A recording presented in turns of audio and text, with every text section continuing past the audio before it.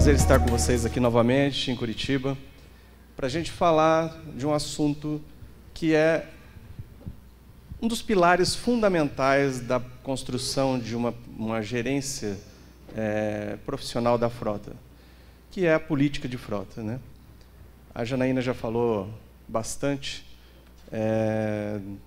de uma forma muito completa sobre política de frota, e nós vamos tratar aqui dos aspectos jurídicos, né? E eu vou tentar trazer alguns insights para vocês, para a gente perceber, a gente entender a importância que tem a política de frota, né? Não só na parte operacional da profissão da gestão, mas também na questão jurídica, né? A fim de evitar passivos. Enfim, nós vamos tentar entender um pouquinho melhor aqui. Bom, aqui a Janaína falou já também, né? Aliás, quantos tem na sua empresa uma política de frota bem estruturada, uma política de frota montada, assim? A gente percebe que tem bastante gente que ainda não tem. E eu vou tentar convencê-los aqui da importância que tem nós desenvolvermos esse trabalho. O que é a política de frota, né? Como a Janaína já disse, a gente, do ponto de vista técnico, a gente pode dizer que é um conjunto de regras de natureza técnica e jurídica para a utilização dos veículos da frota. Mas mais do que isso, né? A política de frota é uma oportunidade muito importante, é um fundamento da gestão da frota. É através dela que nós vamos estruturar as nossas atividades, é através dela que nós vamos dar corpo à gestão. Então, seguindo, é aquela pergunta que nós fizemos: nós realmente precisamos de uma política de frota? Né? Do ponto de vista jurídico. Vamos pensar aqui, eu vou trazer alguns casos aqui. O exemplo número 1. Vamos pensar no seguinte cenário. Eu não sei se vocês sabem, mas só no estado do Paraná, no ano de 2014, eu não tenho os dados de 2015, foram 86 mil motoristas suspensos. Com o direito de dirigir suspenso, habilitação suspensa. Em média, 5% dos condutores estão com o direito de dirigir suspenso. Então, se a gente conjecturar que, por exemplo, você tem uma frota que seja 400 veículos, 40, que seja 4 veículos, existe a possibilidade de você ter na sua frota alguém que esteja com o direito de dirigir suspenso, e você pode não estar sabendo disso, né? Quantas empresas aqui, quantos de vocês fazem o controle formal da pontuação dos condutores que dirigem a serviço da empresa? Exato, são poucas as empresas. E a gente vai tentar perceber a importância disso. Vamos imaginar que você, né, tem essa possibilidade de ter um condutor que esteja com seu direito de dirigir suspenso, que você entregou um veículo da tua empresa para esse condutor, você não sabia, você não faz esse controle, ele não comentou nada, né? Muitas vezes o condutor não comenta justamente porque ele sabe que se ele disser que ele está com direito de dirigir suspenso, provavelmente ele vai ser dispensado, porque ele acabou se colocando numa situação em que ele fica praticamente impedido de prestar o serviço para o qual ele foi contratado. E digamos que esse condutor, por azar, seja parado numa blitz. Pior, vamos imaginar que esse condutor se envolveu num acidente com vítimas. Será que a empresa corre algum risco? Será que o gestor corre algum risco? Inclusive de responsabilização criminal? Vamos analisar aqui e a gente vai ver o quão grave é essa situação. Esse aqui é o artigo 310 do Código de Trânsito, que diz o seguinte, está na seção dos crimes de trânsito. Permitir, confiar ou entregar a direção de veículo automotor à pessoa não habilitada, com habilitação cassada ou com direito de dirigir suspenso, ou ainda quem esteja em seu estado de saúde física ou mental, ou por embriaguez, não esteja em condições de conduzi-lo com segurança. Entregar a direção, direito de dirigir suspenso. Detenção de 6 meses a 1 ano. Então, vocês começam a ver a tempestade se armando no horizonte, assim, né? Combinado com isso, nós temos o artigo 29 do Código Penal que diz que quem de qualquer modo concorre para o crime incide nas penas a este culminadas na medida da sua culpabilidade. Então, quer dizer, se esse condutor acaba causando uma lesão corporal, um homicídio culposo, né? Não sei se todo mundo sabe a diferença entre culposo e doloso. Culposo é quando a pessoa não queria o resultado, mas por imprudência, imperícia e negligência acaba acontecendo. E o doloso é a intenção. Existe uma coisa que fica no meio do caminho aí, que é o dolo eventual, que por exemplo, quando a pessoa dirige alcoolizada. O crime é considerado doloso porque considera-se que, embora a pessoa não quisesse esse resultado, né, do crime, essa pessoa assumiu o risco quando sentou na direção alcoolizada. Então, a gente percebe que, se a gente for entregar, né, a condução do veículo para uma pessoa não habilitada, a gente acaba correndo esse risco, né, junto com o 310 aqui, que já determina uma pena de detenção de 6 meses a 1 ano para quem entrega o veículo nessas condições, para uma pessoa nessas condições. E vamos ver na prática uma decisão do Tribunal de Justiça de São Paulo, numa ação criminal, de uma situação idêntica a essa aqui. Acho que até vale a pena a gente ler. Esse é um processo real, quem quiser pode consultar isso na internet, está lá para todo mundo ver, no Tribunal de Justiça de São Paulo. Tá? Igual a esse, existem vários casos, eu selecionei um deles só para trazer para vocês. E olha só, lesão corporal culposa na direção de veículo, permitir, confiar ou entregar a direção de veículo automotor à pessoa não habilitada. E aqui é parte do voto do juiz na decisão. Os depoimentos demonstram de maneira inequívoca ter o réu entregue a direção do veículo automotor descrito na denúncia à pessoa não habilitada, no caso, a ré Camila. Com isso, deu causa à colisão narrada na denúncia e às lesões corporais sofridas pela vítima, conforme demonstraram os laudos periciais. E diante do que acima constou, induvidoso ter o réu que entregou o veículo concorrido para a prática do crime de lesão corporal de natureza grave. Então vocês veem o problema que é isso. Condenação, isso aqui é para quem entregou o veículo, tá? Não estamos falando aqui da pessoa que cometeu o crime. 6 meses de detenção pelo crime do 310, que é exatamente aquele da entrega do veículo, e mais 3 meses de detenção pelo crime da lesão corporal, que por conta daquele artigo 29 que diz que quem de qualquer modo concorre para o crime incide nas penas do crime, também respondeu aqui em coparticipação. E ainda a suspensão do direito de dirigir. Então vocês percebem a gravidade desse tipo de situação e a importância de fazer esse controle da habilitação, da pontuação da habilitação, porque você consegue saber as multas que vêm para a tua empresa, mas você não consegue ter acesso, assim, só olhando a habilitação dessa pessoa, se ela está ou não apta a dirigir, porque ele pode receber infrações de trânsito na sua vida particular, inclusive infrações que já de imediato fazem acontecer a cassação da carteira, como, por exemplo, ser pego dirigindo alcoolizado, né? Então, a gente percebe os riscos. E aí, eu pergunto para vocês, a política de frota poderia ajudar o gestor numa situação dessa? Tem algo que poderia ser feito na política que poderia evitar para o gestor uma dor de cabeça desse tamanho aqui? Gente, tem e ajuda muito. Tá?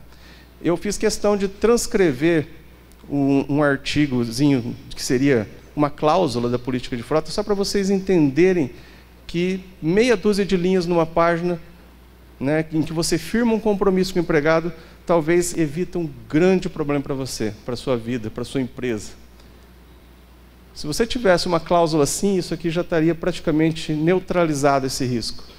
Eu até acho que é interessante a gente ler, né? Seria assim, uma cláusula inserida entre as diversas cláusulas da política de frota, que poderia dizer o seguinte, não precisa ser essa redação, lógico, pode ser qualquer coisa que diga aproximadamente o que está escrito aqui.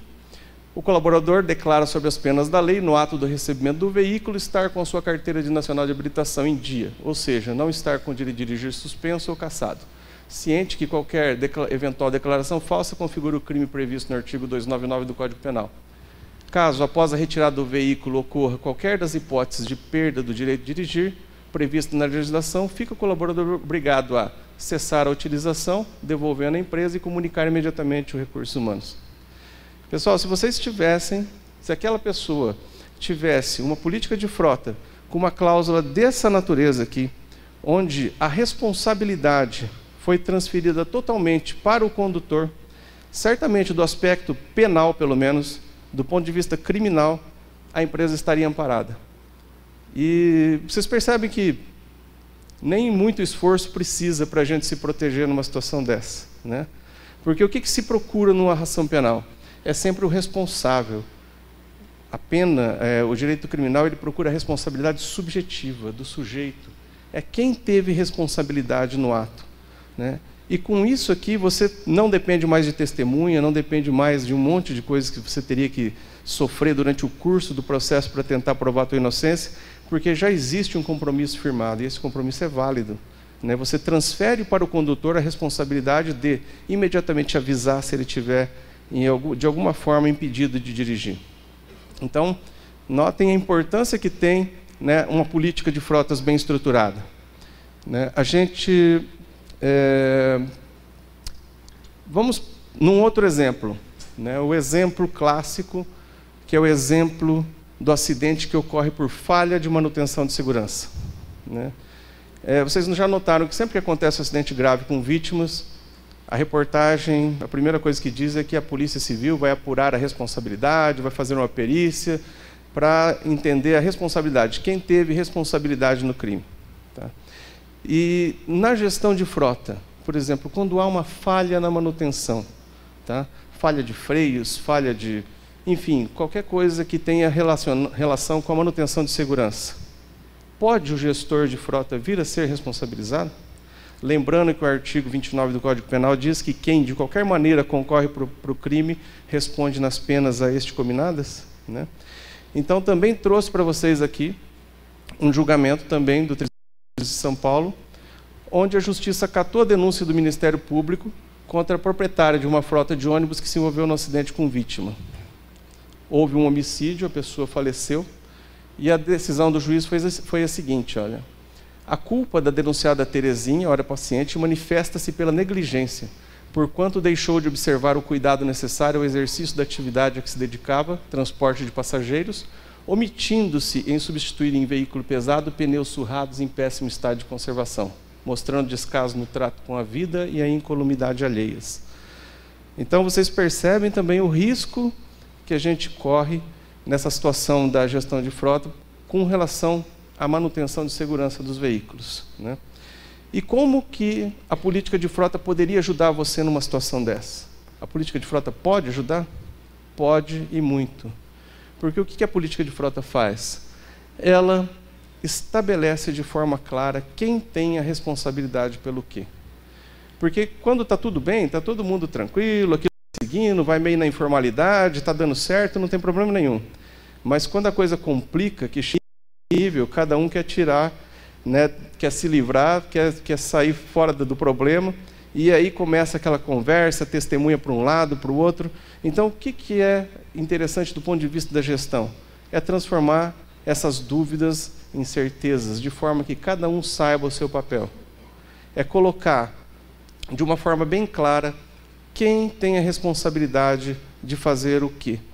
E o efeito colateral do bem disso é que provavelmente você evita acidentes, não só no ponto de vista jurídico, que é o que nós estamos discutindo aqui hoje, né, que você evita problemas jurídicos, mas você acaba, na origem, evitando acidentes, porque quando as regras são claras, todos entendem o seu papel, fica mais fácil cobrar, fica mais fácil fiscalizar, e nesse formato, normalmente vão acontecer menos sinistros, né? Então, nós trouxemos aqui, né, que a política de frota, estabelecendo a responsabilidade por executar as revisões, trocas, fluidos, análise do estado dos pneus, manutenção preventiva, etc., e um procedimento formal de comunicação do defeito ou mau comportamento do veículo por escrito. Por que por escrito? Para que não fique dúvidas, né? Ah, eu falei para o fulano que estava com barulho na roda. E esse eu falei para o fulano, isso não funciona bem depois numa situação extrema como essa que nós estamos estudando aqui. Então, a importância, né, o que nós temos que fazer como gerentes, como gestores de frota, é eliminar esse tipo de dúvida para fazer com que cada um dos agentes tenha pleno conhecimento das suas responsabilidades e possam ser cobrados por elas se houver qualquer problema no futuro. Eu vou mostrar para vocês um vídeo aqui, que pode ser até que não tenha relação com o que vocês exercem no dia a dia da frota, mas serve para a gente fazer um exercício de reflexão também. Tá? Vou passar e depois a gente faz alguns comentários.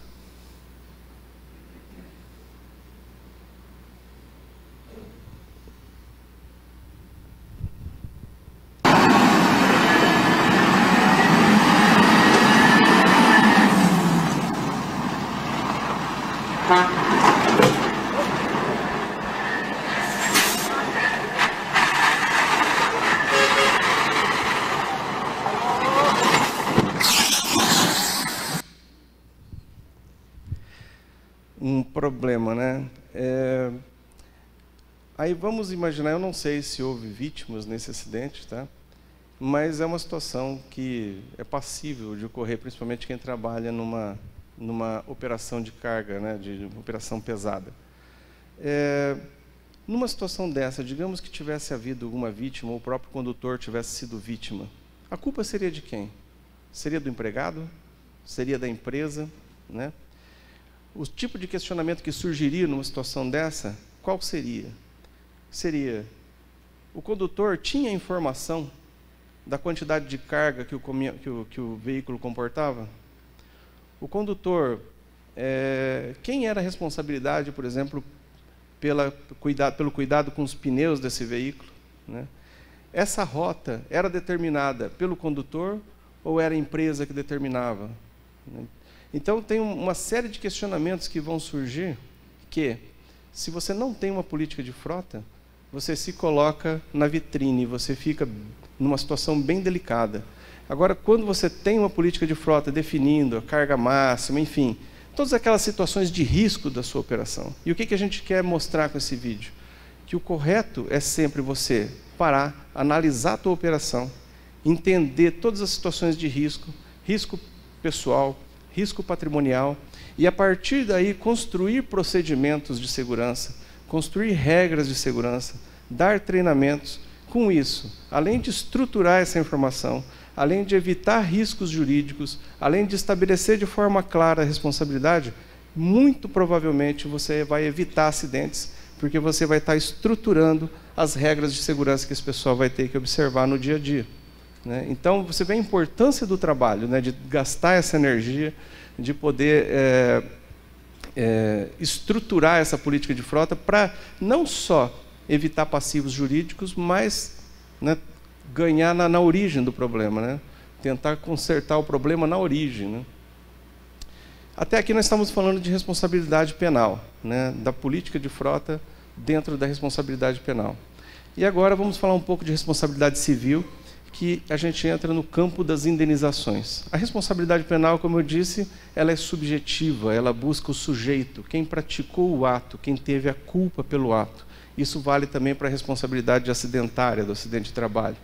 Tá? Já na responsabilidade civil, é diferente. É o que se chama em direito de responsabilidade objetiva. O artigo 932 do Código Civil, que trata disso, diz o seguinte: são também responsáveis pela reparação civil o empregador ou comitente por seus empregados, serviçais e prepostos no exercício do trabalho que lhes competiram em razão dele. Então, o empregador, ele responde não só pelos empregados, mas por aqueles contratados que estão no exercício do trabalho, né, que estão desenvolvendo para essa pessoa. E o 933 diz que, ainda que não haja culpa da sua parte, o empregador responderá pelos atos praticados pelos prepostos. Na prática, o que isso significa? Significa que a empresa vai pagar a conta sempre. Na parte civil, indenizações, a empresa sempre paga a conta. E como que a política de frota pode ajudar numa situação dessa? A política de frota... aqui trouxe um outro aqui, tá? Só para vocês entenderem na prática como funciona uma situação dessa do Código Civil. Tá? vocês percebem que é um julgamento aqui do Tribunal de Justiça do Paraná, onde está sendo analisada a responsabilidade civil por um acidente de trânsito. E a decisão é que o empregador responde independentemente de culpa pelos atos praticados pelo seu empregado ou preposto na profissão conforme determina o artigo 933 do Código Civil. No caso de homicídio, o causador do dano responderá pelo pagamento das despesas com o funeral, luto da vítima, assim como a prestação de alimentos às pessoas a quem a vítima os devia, levando-se em conta a duração provável da sua vida.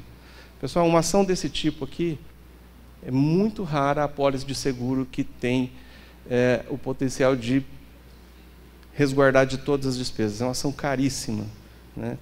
E aí entra esse trabalho da política de frota, né, do treinamento, de entender o problema na origem para corrigi-lo na origem, né? E uma política de frota bem estruturada também permite que você, pelo menos, consiga se ressarcir de parte desses danos do empregado. Porque se você não tiver isso, depois a gente vai falar um pouquinho mais à frente, nem o ressarcimento, nem a tentativa de ressarcimento de dano você terá.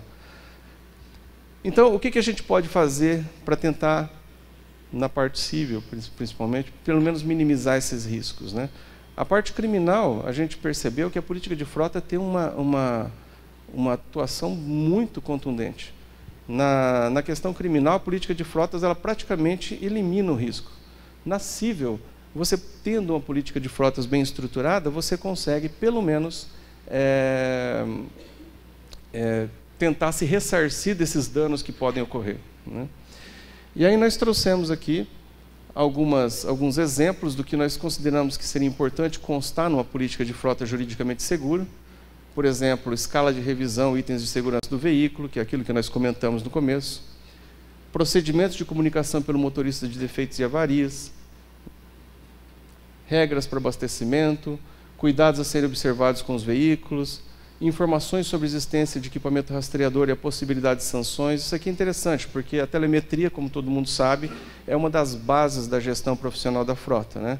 Você não consegue gerenciar aquilo que você não consegue medir. Só que não é muito aceito pela Justiça do Trabalho a surpresa.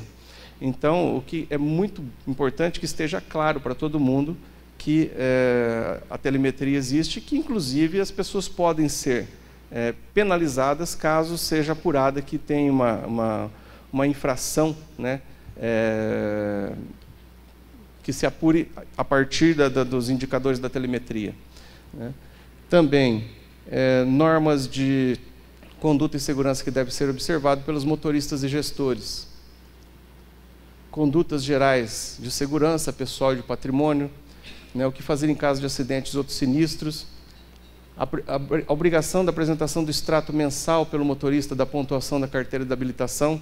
E aqui tem um questionamento que muitas pessoas fazem, mas isso não é invasão de privacidade? Pedir para o motorista pedir para entregar um extrato da habilitação dele mensal, bimestral, trimestralmente, né? E aí eu vou fazer uma pergunta para vocês, tá? A resposta é não, não é invasão de privacidade. Se ele é motorista, ele tem que comprovar essa condição, até mesmo porque quando ele não está habilitado para dirigir, vocês viram a consequência lá do artigo 310 do Código de Trânsito, que considera crime a entrega do veículo para alguém não habilitado, né? Então, por exemplo, o que é mais invasão, o que é mais invasivo? Pedir um extrato mensal da carteira de habilitação ou solicitar para o condutor um exame toxicológico de álcool e drogas? Eu considero que é a segunda hipótese, né? Mas, e aí vocês percebem o que a CLT diz, e a CLT a gente sabe que é uma lei que foi construída, né, que foi elaborada para proteger o direito do trabalhador, praticamente, tá? E a CLT, nessa questão do exame toxicológico, por exemplo, diz que são deveres do motorista submeter-se a exame toxicológico com janela de detecção mínima de 90 dias, né? E, inclusive, a recusa será considerada infração disciplinar passível de penalização nos termos da lei. Então, as pessoas acham que tudo aquilo que parece ir contra o interesse do empregado é proibido, mas não é bem assim que funciona. Até porque essas regras que nós estamos falando aqui, todas elas se revertem para a segurança do próprio colaborador. Seguindo, né, nós temos aqui procedimentos para atender o celular. como a Janaína citou, que é muito importante fazer constar isso, né? Procedimentos em caso de pane, pneu furado, etc. Procedimento para o transporte de materiais e valores, regras de calibragem de pneus, enfim, são todas regras que podem constar na política de frota para estruturar de forma, né, consistente. Também é importante, cláusula em que fica ajustado o desconto em folha e a apresentação do condutor, aplicação de penalidades de trânsito cometidas Me bananei aqui. A apresentação do condutor e a aplicação de penalidade por infração cometida no trânsito, né, multa de trânsito. Cláusula que preveja a possibilidade de demissão por justa causa, caso o motorista fique impedido de dirigir em razão de infrações de trânsito que determine a suspensão do direito de dirigir ou ultrapasse a pontuação máxima na CNH. Lógico que multas que ele receba por culpa dele. E cláusula que preveja o ressarcimento de danos por culpa do colaborador à empresa. Essa cláusula é muito importante. Por exemplo, na questão das multas e em qualquer outro tipo de dano, é fundamental que você tenha uma cláusula autorizando isso, senão você perde essa oportunidade. São dois elementos fundamentais. Pactuado em contrato, pacto em contrato e a culpa do empregado, né? Agora vocês veem aqui o quão interessante é isso, né? Às vezes é a diferença, você ter isso estruturado na política de frota, é a diferença entre você ganhar ou perder a ação. Aqui nós temos duas ações, ambas do TRT de São Paulo, tá? Uma julgada em 30/10, a outra em 5/11, com uma semana diferente, e as duas falando sobre multas e uma dando uma decisão completamente diferente da outra, né? Por quê? A diferença aqui está em que, na primeira, considerou legal o desconto porque estava autorizado na cláusula do contrato de trabalho, e na segunda, determinou a devolução dos valores porque não tinha sua autorização. Então, vocês veem que é a diferença, muitas vezes, entre ganhar e perder. E se a gente faz o dever de casa, né, a gente chega em decisões como essa, que eu considero emblemática aqui do TRT do Paraná, para quem ainda tinha medo de descontar a multa do empregado. Olha só o que decidiu o Tribunal Regional do Trabalho do Paraná, tá? Isso é uma decisão aqui do outubro do ano passado, dizendo o seguinte: o uso do veículo a serviço do empregador não autoriza o descumprimento das regras de trânsito pelo empregado, que, multado pelas infrações cometidas, vem indevidamente a juízo buscar o ressarcimento dos valores relativos às multas, sob o equivocado fundamento de que a este cabe o risco do empreendimento. Tenho que a pretensão do autor, empregado, chega a ser tão absurda e abusiva que caracteriza manifesta litigância de má-fé. Então vocês percebem, o juiz condenou o empregado por litigância de má-fé, porque considerou abusivo que ele estivesse buscando um ressarcimento de multas, onde ele infringiu a legislação, colocou a vida dele em risco, colocou a vida de terceiros em risco. Então, se nós tivermos uma política de frota bem estruturada, a gente acaba vendo decisões que contrariam o senso comum de que o empregado ganha sempre, tá? O que a gente tem que estar preparado para eliminar as dúvidas. Pessoal, então, o que nós tínhamos para apresentar sobre a política de frota hoje eram desses aspectos jurídicos.